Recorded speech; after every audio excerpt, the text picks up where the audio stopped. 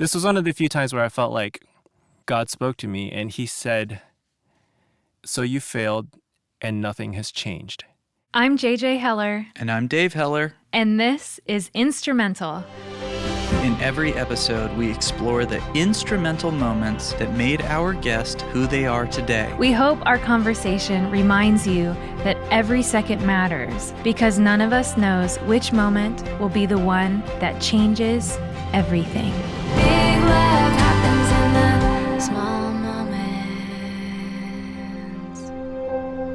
Hey everybody, it's JJ. And her husband, Dave. Welcome. We're so glad you're here today listening to our podcast. Yeah. We have a great episode for you. Dave and I had a conversation with our friend Max Sue. JJ, how did we meet Max? He's a photographer, so he took the photos for my Christmas album called Unto Us.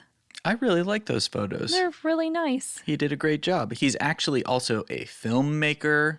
He's a musician. He was a songwriter, a producer. He started the band Superchick. And we originally got connected with Max because the bass player for Superchick lives in our neighborhood. And he was like, hey, you should get in touch with my buddy Max. We were like, sounds great. And it was great. And now we're friends. Max is not one of those guys who goes into anything halfway. He kind of pulls out all the stops to make his music videos as exceptional as they can be. Before your photo shoot, JJ, he came out and met with us and was very intentional about what it was that we were trying to communicate. Like, he really thinks deeply about the things that he invests his time and energy in. Well, I'm done talking about him. I want to hear him talk about him. That's a good idea. Max picks up his story in a time of transition.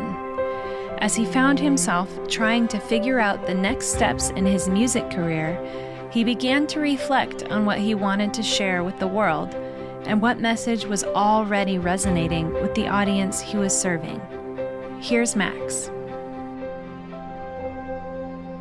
I had been in another band that I had started called Church Rhythm, and it had been pretty successful. We gotten signed, we got some Dove Awards, and then we couldn't really keep it together because we had too many cooks in the kitchen, and it all came apart. But what had been happening while we were touring was we were getting to talk to kids a lot. So we got to hear a lot of stories, and it started to really be on my heart that it seemed difficult to grow up with your self-esteem intact. I just really started to feel like there was a place for someone to say to girls, you can kind of sort out what you want to do, and it doesn't have to be whatever you're being shown on television and the magazines and all that, which is kind of a cliche thing now, but back then it was sort of a new concept. And then I met this girl, and she was crazy. When she was in high school, one of the popular girls kind of sat with her at one point and said, you could be a lot more popular if you would just wear better clothes. And so the next day she came to school, my crazy friend, who we call the original Superchick. She came to school wearing her gym clothes over her normal clothes and then sat next to the popular girl the whole day just to make a point. She wasn't like what you would call traditionally like pretty and thin and all that other stuff, but she just really knew who she was. She just made friends with everyone, and she ended up becoming homecoming queen. And I thought she was just a fantastic role model for when you know who you are, you're not living your life to other people's expectations. And I had this idea to put together a little band of girls and just like an all-girl rock band and then set them free like birds and be like, fly, be free. And it would be awesome. And so when Church of Rhythm folded up, I was like, well, we'll do the girl thing. For us, the concept was that God creates everyone with a vision and a passion, and you're built a certain way, and your kind of whole goal is to find that. And we get very conflicting messages from the rest of the world. Obviously, in high school, if you weren't athletic or pretty, you were kind of stuck. There was not a lot of great options. And this was also, before the rise of the nerd. Like, now it's okay to be a nerd. When I was growing up, not so much. It was kind of a new concept back then to us, just to be like, everyone maybe has a thing they're supposed to do. Everyone is in some way supposed to to rock it. You keep saying this was a new concept, and I think it's important to point out that like when you started this, was this like the late 90s? Yeah, somewhere around then. So like the internet was kind of new. Very much so, yeah. And because of the internet, there was this great fracturing that happened where like people didn't need to be in the same location with like-minded people. But Right. in the time that you were doing this, that wasn't the case. It was like if you liked chess, you better find a couple of like-minded chess people at your school, Right. and nobody else is going to get you. Like relative to today, when like anybody can be any niche and find 1,000 Right. other people who Right. like Yeah. their place to belong in some Reddit thread Yeah. or something like that. Whereas Right. before, if you didn't find a place to fit in at high school, like you had nowhere else to go. Yeah, and that's exactly it, because that's not a message that kids really need to hear nowadays, because they're all pretty comfortable. But although they have their own set of pressures, it's a different kind of thing now. But Yeah. I just had this passion to start this girl group, and at that point in my life, I was still like, all right, well, there's something bigger and better, over the horizon. That optimism we have in our 20s. And so I was like, all right, let's do this. And Dave was the guitarist in Church Rhythm, and then I was like, you and me, we're gonna write some songs for these girls. We're gonna get them together. We're gonna get them started, and then we're gonna let them go free. And then you and I will go on to do something else. And he was like, okay, sure, I guess I'll do that. And with no money or anything, there was no impetus for this except me being like, hey, this is a great idea. So then we spent about 3 years trying to get it off the ground. Wow. And we did just about everything. We went to anywhere there's sort of a gathering of Christian kids. Like we went to coffee houses. We went to like all the little meetings at colleges and things like that. We were looking for these girls to like form this little girl band. And we would just ask the organizer, can we speak at the end? And we just get up there and say, hey, we're starting a girl group or whatever. And then a really interesting pattern started to happen. After every single one of these things, one girl would come up to us and she would go, that sounds amazing. That sounds like what I've been trying to do for my whole life. That sounds like what I've always wanted to do. So we'd be like, cool. So let's do kind of like an audition or sort of a, something. So why don't you come by next week on, what day is good for you? And she'd be like, okay, Sunday. And then like the night before they were supposed to come over, we'd get a call and this girl would be like, hey, I was supposed to come in tomorrow, but I've been thinking about it and I talked to my dad or I talked to my boyfriend or I talked to my something and this just isn't really a good fit for me right now. So this thing was happening where we would get people excited about the idea and then they would shoot themselves down. Or someone else would shoot them down for probably what was a better idea, like a normal job or something practical or safe, or surely anything is a better idea than two unknown guys who want to start this girl band that don't have a ton of experience. So eventually it started to become, well, we'll just do this.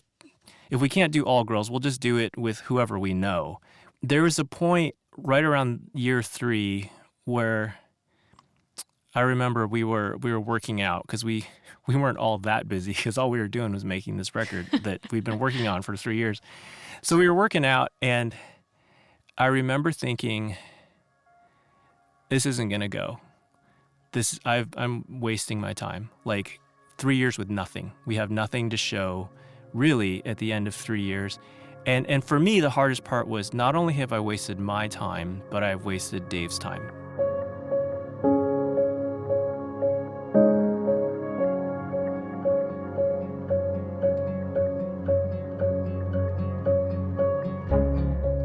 Up until then, I'd always managed to bigger and better. Like every time we hit failures, for me, it wasn't even a failure. It was like I'll just go around. Like this is a temporary setback. My father fled Vietnam during the war. And so for them, like food on the table and stability was a huge gift for them and that they wanted to give to me. Yeah. All that I heard was don't follow your dreams. Like, because when you're, 18 and you're like, I'm going to direct films, Mom. Like it just, like they would be like, well, you can do that as a hobby. And so I was always like, they're crushing me and whatever. But they were really just like later on when you grow up, you're like, okay, my parents aren't stupid. Like I just didn't get it when I was a teenager.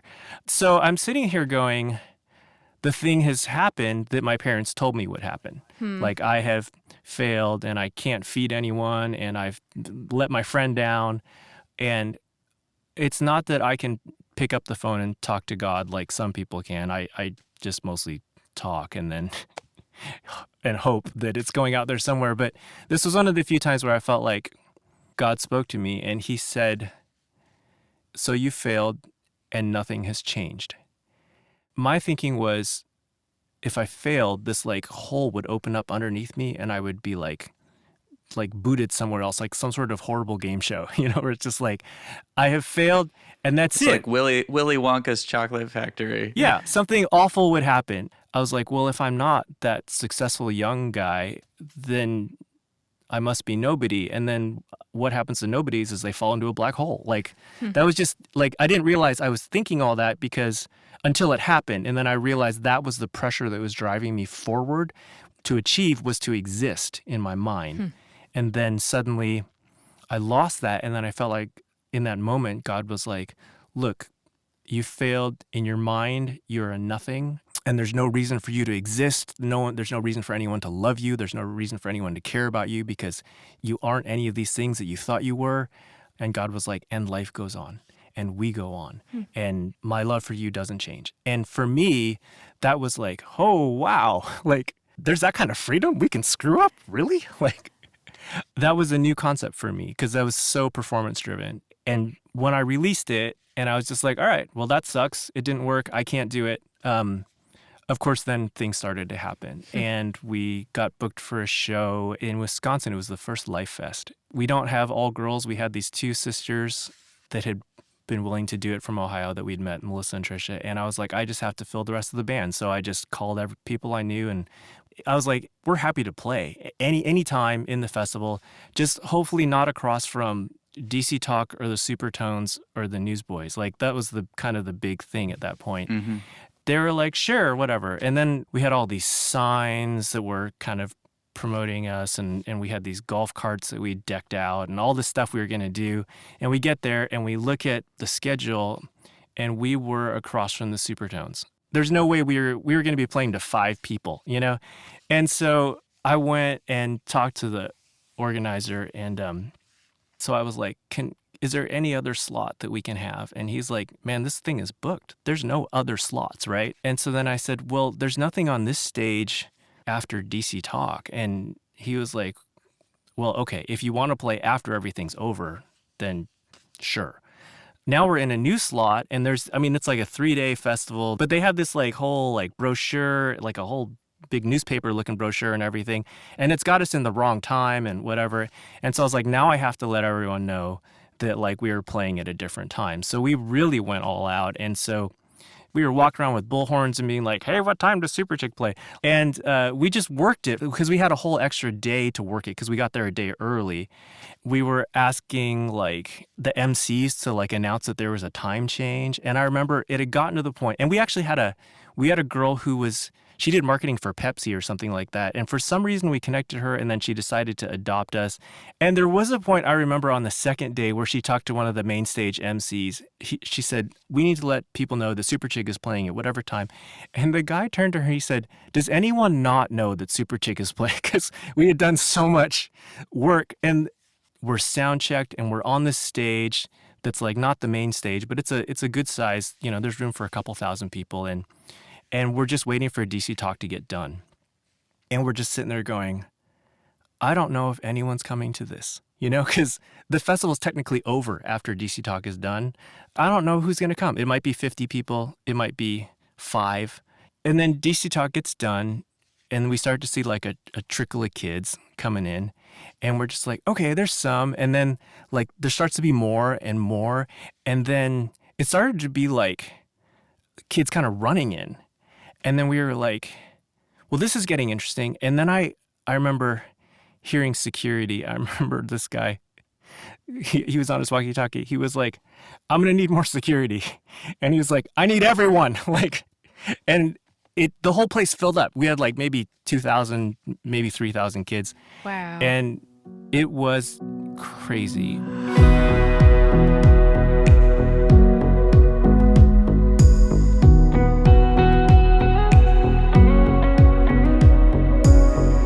just the crowd went bananas, and it was an amazing thing. And Wisconsin was like a strong market for us from then on. And I remember Matt and Ben, that was our drummer and our bass player. I remember I talked to their mom afterwards, and she was like, they have not stopped smiling for 2 days. It was really fun. And that was the point when we were like, I think we have something here. I think this is going to work. And, it's not going to be what I thought it was going to be, this little band of girls that I was going to set free. I wasn't even going to be in it, For what I was doing on stage, I used to say that you could basically train a monkey to do what I was doing. So it was a lot of just jumping around was the bulk of my contribution. But I had intentionally kind of put myself in the back. It wasn't really supposed to be about me. Like I had really wanted it to be the focus on the girls and to let the girls talk to other girls and all that. And so I had intentionally always not been a big part of the show, except for just kind of like bringing enthusiasm. Yes. And then it became a thing, which was like, whatever this is working. And we toured for 10 years. We toured the world. I got to see a whole bunch of different countries, just playing Parachute in New Zealand. I don't know if you've played that one, but 20,000 people jumping up and down. Like, it felt amazing. I remember playing Club 3 Degrees in Minneapolis. It's a small place, but it looks really cool. But there was a moment when the music got quiet, and I was like, they're all singing the words. Like, as a songwriter, that's an amazing thing. Like, when you're starting out, you're used to playing cold crowds, but it's one thing when they sing it back to you. Mm-hmm. And you're like, oh, wow. And like, that's more than the awards. Like, that's the kind of thing where you're like, I'm going to remember this. Like, that's a huge, huge gift. And even to see all the YouTube covers of kids playing our songs themselves and adding whatever they do to it, or even just enthusiastically doing it, those to me, those things are gifts more than the records and the placements and all that. I remember we were at the Grammys and we were up for Best Rock Album, or I don't know, whatever it was. And I remember, I'd just gotten out of a Hummer limo. I was walking the red carpet. I was talking to some girl that later on turned out to be someone super famous. And it was weird. I was just like sitting behind Kathy Griffin, and there was an after party that Wolfgang Puck catered, all this stuff that was happening.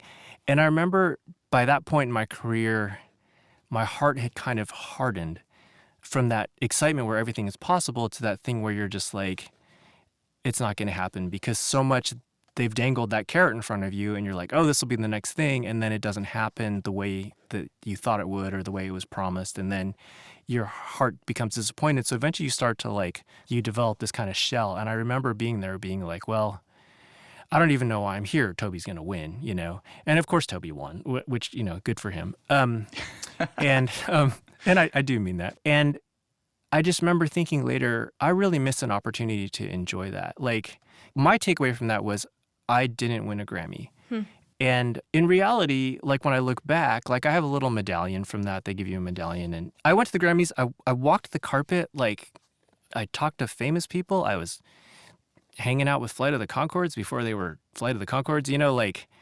It was an amazing experience, but just like a lot of the other things, my humanness got in the way of me enjoying it or experiencing it because I let myself kind of ruin it.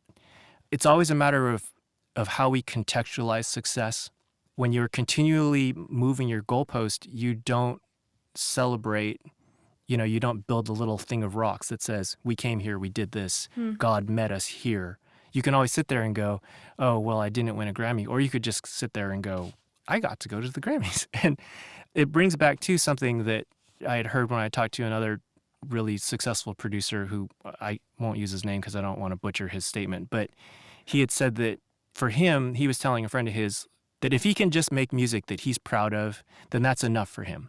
Like he doesn't have to win the Grammy or whatever. Yeah. And his friend, who's not in the music business, he said, no, you don't understand. That's not enough. That's already bonus. He said, you're already blessed to even make music at all. He was like, I'm an accountant or whatever it was that he was. He was like, I'll never know what the act of creating and the privilege that you've been given to do this. And the chance to try and even to fail is in itself a blessing. now that I've been through all this, I've got some time and some perspective on it, and I get to talk to people who are aspiring artists or something, and they're like, oh, if I can just get on K-Love, then I'll be a real artist. Or, oh, if I can just get signed, I'll be a real artist. And I'm like, I've been all those things, and it's nothing. It's not, it doesn't, whatever. And I just look back and I go, why is it nothing to me when to this person, it would be everything. It's everything they were hoping for. And I sit there and I go, it's because I moved the goalposts. Every time that we achieved something, instead of being like, let's celebrate this is how far God brought us, I would be like, well, we got that, but now on to the next thing. And when we get there, then we'll celebrate. It's part of that whole trap that we get into, sort of the happily ever after trap, where you're like, I am trying to get to a place instead of being like on a journey. I have to learn to be happy on the way because there's not a place. The whole thing is journey.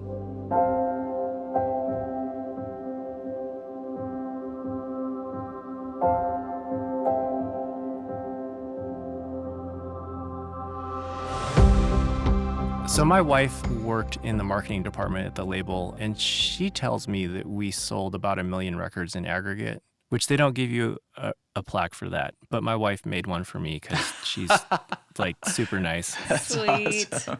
So we'd had, I think it was over 150 film and TV placements, which for us to be as much in the media was, for me, what our goal was.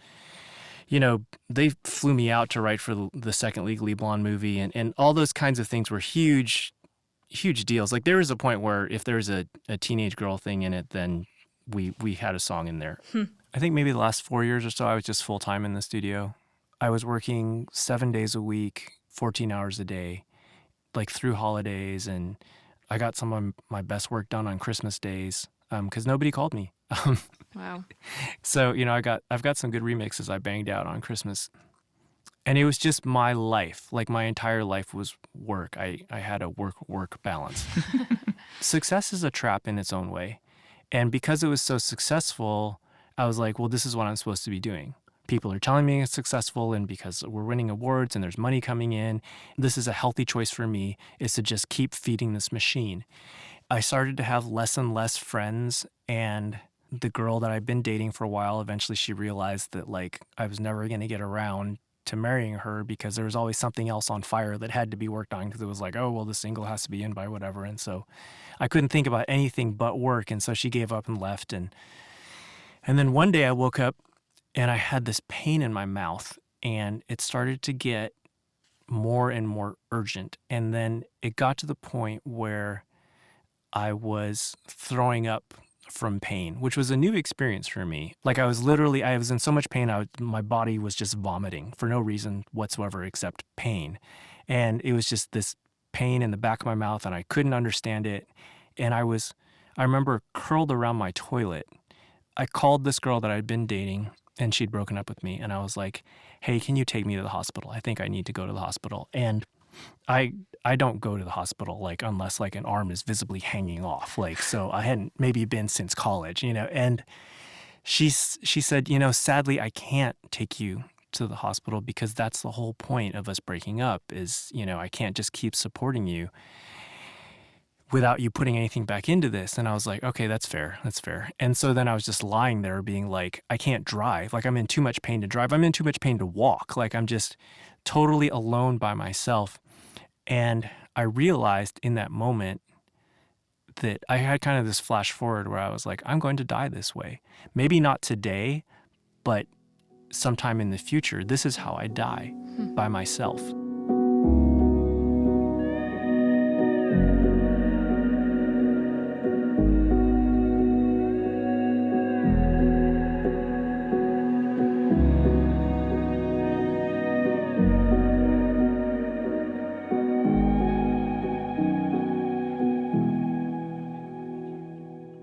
And then my roommate came home, and he was like, he kind of looked and he was like, okay, so we're going to the hospital.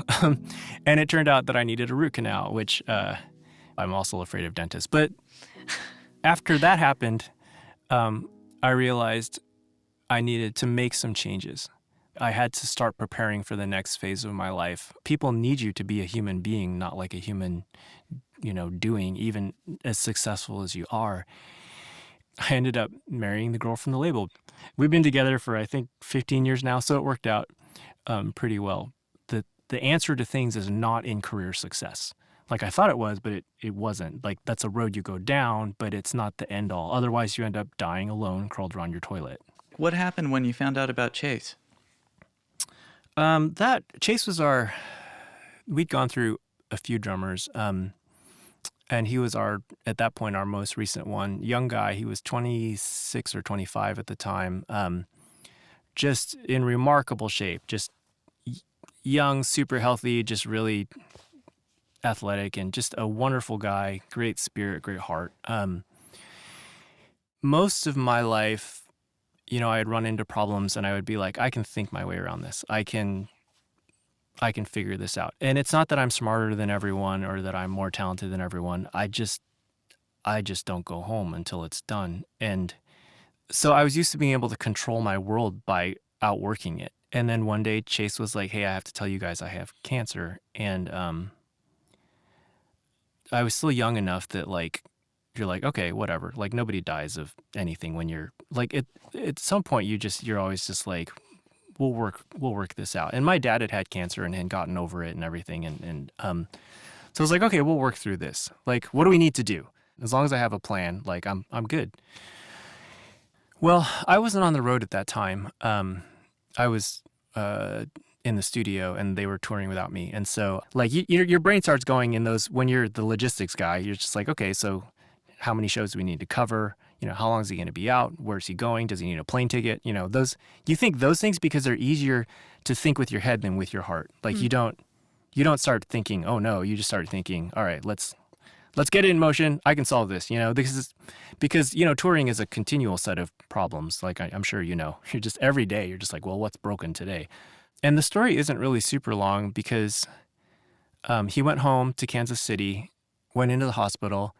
He was super upbeat, and I remember talking to him and him being like, yeah, so when this is over, I think I want to do a speaking tour. I want to go on a tour and tell people how God healed me from this. And I was like, yeah, that sounds awesome. And maybe we can work it into the show and stuff. And this can be your testimony. He was excited about his testimony and stuff. And Matt called Chase's mom and said, should we come and visit him? And she had said, no, just come when he's better. And then it wasn't like maybe more like a week later when Matt called me and said, hey, I talked to his mom and she said he took a turn for the worse. He's not even conscious in a way that he would recognize you or see you. Like I didn't realize how fast it had gone downhill, and it had in the time that I was trying to come up with a solution, like I was trying to fix this, like I'm a doctor or something, but I'm not. Then we got the call that he had passed.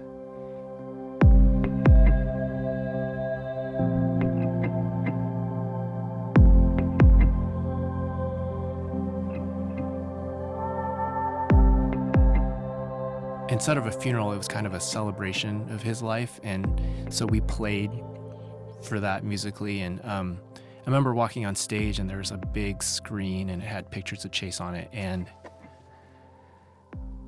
that's when it really hit me. And I started to cry on stage. And it was just kind of the beginning of me realizing that I can't plan or fix my way around everything. And it was the beginning of the end of the band. The whole thing crushed me. I ran out of energy to keep the band together. And so that was kind of when, for me, I was like, it's time to let it go. Like, it's time for it to be done. That was the beginning of quite a long period of depression for me, because I'd lost my sense of optimism. I'd lost my sense that I could fix and control things.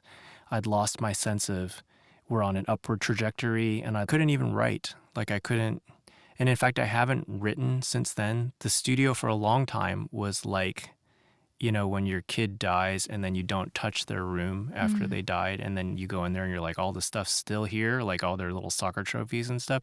I mean, not that I know what it's like to lose a kid, but it was kind of like that in the sense that like, there's still notes in the studio from our last record. Like I haven't done anything in there. Like it's got dust on it from then. I walked away from it and left it there. This might be the first time that this vocal booth has been used since then. Wow. That was 2009? Somewhere around there, yeah. So it's been 11 years. Yeah, something like that. Pretty quickly after the band was over, I was like, there's a whole like life that I don't understand or have not been part of because I've just been in a studio for this whole entire time, or I've been touring, and it's its own alternate universe. It really is, because you can go spend 10 years in it and you're just around a certain kind of person and you see a certain kind of thing.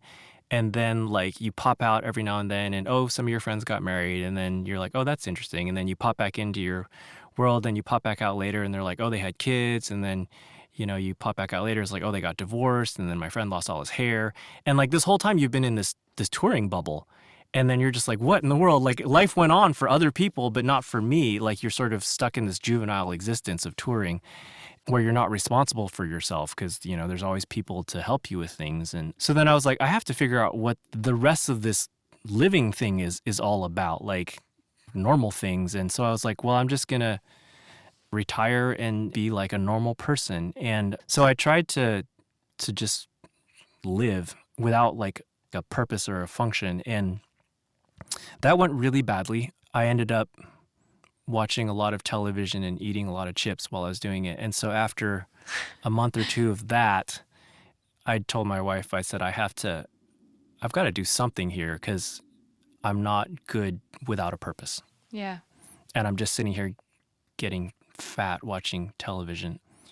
I ended up buying a car to work on because I'd always been interested in learning how to work on cars. And then I learned to work on just that car because it's a 1971 Mustang, which turned out to be completely useless. And then eventually I told my wife, I have to go back to work. That's when I kind of started going back into my original thing, which I wanted to be a filmmaker. And I started doing photography because I was like, photography is just one frame of a movie.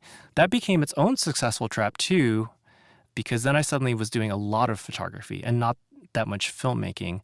And so then I had to make a transitional point of being like, I have to walk away from the photography so I can do more filmmaking, which is what I set out to do. It's been really fun. It's been a blast.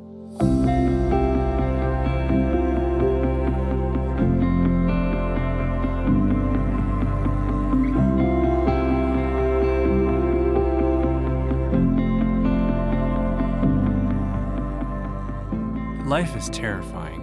I've figured out that I manage my anxiety by planning, and I have a plan A and a plan B and a plan C and a plan D and a plan E. So then I'm like, I'm okay. Worst case scenario, we can do this and we're cool, which is super helpful when you're doing video production or whatever, because it's like the military thing, like 2 is 1 and 1 is none. So I bring like 4 of everything. And that was my thing for so long, was planning my way around disasters. And it was my way of controlling life. And I have an emergency backpack that I take with me, and I have a fire extinguisher, and I can start people's cars, and I have a thing for chest wounds. I have this stuff you can put on that stops bleeding. Like I have stuff that Army medics carry with me. And I was a lifeguard. Like it's kind of my training is to take care and to protect and whatever. Because really, most of what we're doing during the day is managing our anxiety in one way or another. Then I had children. And that's like taking the most vulnerable part of you, putting it inside a toddler, and then letting it run free. And there's no way to control that. And the thing that I learned from when Chase died was that I can't protect or control anything. I can't save the people around me. I can't save myself. I can't save my children. And for me, I was always like, if I lose an arm in an accident, I have another arm. And if I lose both arms, I've seen that guy who can play guitar with his feet. So I'll figure out how to do that. Like I'll paint with my nose. Like I have no problems with any disaster that happens to me. But then when you have children, suddenly there's this vulnerability that happens that is terrifying. Like it's a part of your heart that you simply can't protect. It just goes into their little bodies and disappears with them. But the thing is it comes back to that C.S. Lewis quote about if you don't want to love, you basically make a little like nut around your heart of walls. Those are your choices. You live in open terror, and that's what opens you to love. or you build a hard, nut around your heart and nothing can get in or out. And that's the only way to be safe. It's like that thing where it's like, I know what happens. I die alone around the toilet. I don't have any tattoos because I could never decide what I wanted to get that I would like for the rest of my life. But if I was going to get a tattoo, it would probably be a little skull. And it would be, I think the word is a memento mori, a reminder that we are going to die. Because from the funerals that I've been to, when you come out of the funeral, I remember coming out of Chase's funeral and just being like, nothing that I thought mattered matters. In the context of life is short, we don't know how long we're going to have. When you walk out of that funeral, you just think everything that I thought was a problem was a logistical problem. We don't know how long we're going to be healthy. And it's easy to forget that that is a gigantic blessing. One of my kids had to go for surgery at Vanderbilt Children's. And it wasn't a major surgery, but we were still in the pediatric unit and where they have all the kids with cancer and stuff. And I walked through that hall and I saw so much courage and so much joy coming out of these little kids with cancer. And I'm sitting there being upset about whatever I was upset about. And I was just like, most of this is not an issue. Like most of my struggles are just struggles that I make myself, that I let become big deals, and they're not actually big deals. And so anytime I need to reset, I just need to go back to that place where I've been in the cancer ward, or I've been at the funeral, or I've, heard the stories about my friend who's got cancer. And then suddenly I'm like, you know what? I can handle this, whatever this is. Like I have to look around and know how good it is now and experience it now, because tomorrow it might be over. I know that's kind of a weird thing to tie back to a skull tattoo, but that's what it means for me is the clarity that a funeral or a cancer ward kind of brings.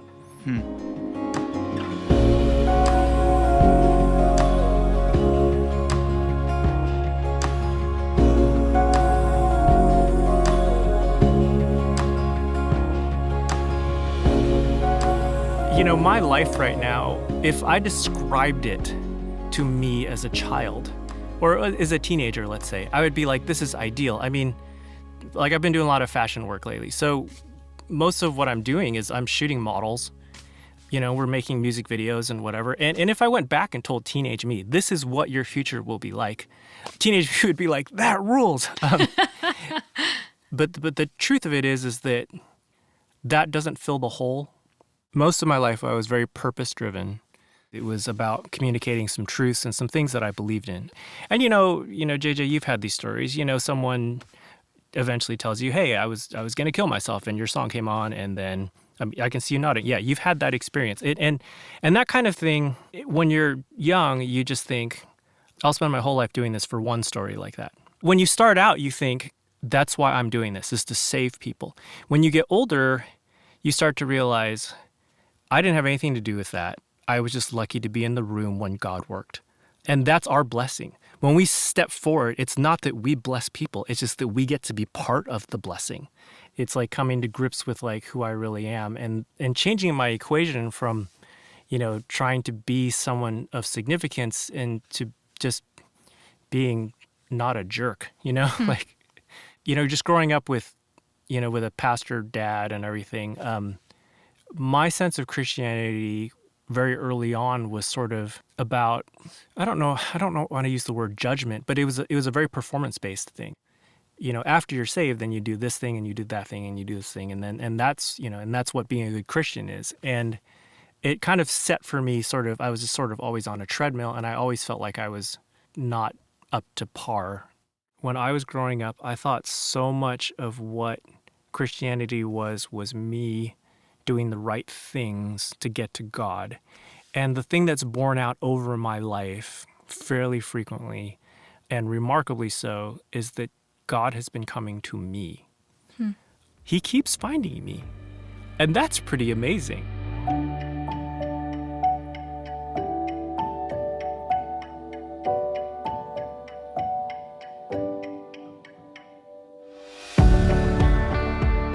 So when I was in high school, I was an enthusiast and I tried everything and I was bad at everything. How big was your high school? About 2,000 kids. It was in Hong Kong. It was a British school. So we had the striped tie and the crest on the blazer. Like, I grew up tying a tie from a very early age. So I watched Harry Potter and I was like, oh, that's very familiar. Less magic. It was incredibly competitive, and they would kind of group you by performance in classrooms. So all the high-performing kids were at one end of the building. But even the low-performing kids, I mean, they were all like children of like very wealthy expatriate families, very successful families. I couldn't do anything. Like, I sucked at rugby and cricket. You know, I did okay in cross country because you can do that by just not giving up. Like, cross country is, I give up less than other people. So I tried to play basketball, and there were 6 people on our basketball team. I was number 6 because I was not good at that either. And we could be down like 62 to like 4, and coach wouldn't play me. I sat on the bench for an entire season. You never got put into any game at all? No, coach never put me in. No, Oh no, my gosh. not a single time. And, you know, to be fair, like, he was like, we're down 62 points. Let's not make it worse, because I wasn't, you know, I was definitely the worst one. And my dad came to every single game and watched me sit on the bench. So, you know, we did that Superchick album, and it was called Last One Picked. And that wasn't for no reason. Like, nobody would ever ask me to do things. And whenever we would play sports or something, I would literally be the last one picked, because everybody would just be like, oh, not that guy. And I kind of came into the world with nothing to lose because I was at the bottom of the social spectrum. I used to have a superpower. I believed whatever I was doing was going to find some sort of success at some point, regardless of how much evidence to the contrary.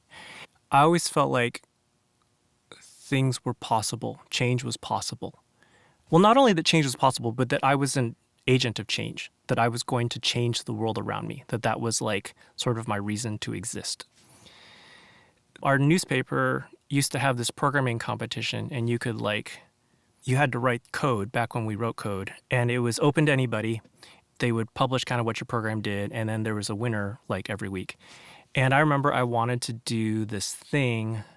Like, it was basically a very early version of Illustrator. I knew some coding, but I didn't know enough of how to do it. And so I asked one of my much, much smarter friends how to achieve some of those things. And then it just piqued his curiosity. And then basically he did all the actual work and finished up with this thing that was like way more powerful than what I had set out to do. I entered it on behalf of us, and then we won. And then my dad was like, wow, like, you won something. I think that was the first time that I won something. And it was also the beginning of me being like, well, if I can't do it by myself, if I enlist other people, that we can do something together that we can't do on our own. Change is hard. When you say, I'm going to set out to do something, it's like lighting a match. You've just got this little bit of flame. It's this little thing that's burning. And you have to shelter it.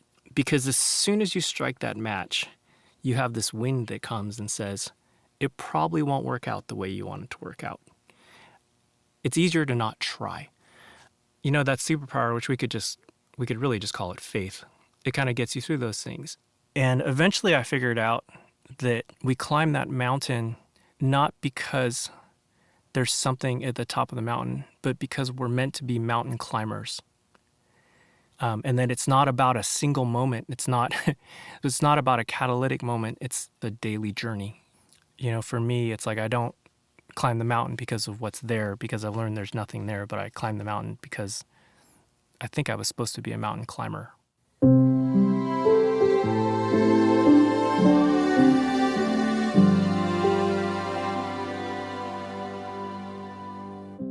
I can trace everything that I have back to something someone gave me, whether it was knowledge or the way I was raised or an opportunity or whatever. Like, the only thing that I can take credit for is when a door opened, I would step through it. And then it was my blessing to be there in the room when the things were happening. As far as I can tell, I've just been winning the lottery most of my life. The older I get, the less credit I feel like I can take for anything, and that I start to feel more like everything was a blessing to me. I don't know why it happens, and I try to be responsible with what I've been given to help other people.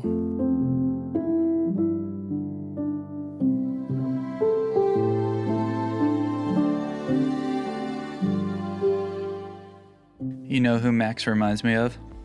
Who does he remind you of, Dave? Spider-Man. Really? With great power comes great responsibility. Yeah. Mm-hmm. I kind of meant it as a joke, but I kind of mean it seriously too. Yeah, it can be both. In all seriousness, though, I feel like Max's journey so embodies the message that we keep trying to drive home over and over as we tell people stories. It's simply about being faithful with what we've been given. Whether it's a little or a lot. Yeah. Max doesn't have a website, but you can follow him on Instagram. His handle is MaxWaxLabs. This episode of Instrumental was produced by me, JJ Heller. And me, Dave Heller. Our theme music is my song, Big Love, Small Moments. That I helped write. You can always listen to JJ's songs by telling your smart speaker to play music by JJ Heller. We'll be back next week with another episode of Instrumental, so be sure to subscribe wherever you listen to podcasts.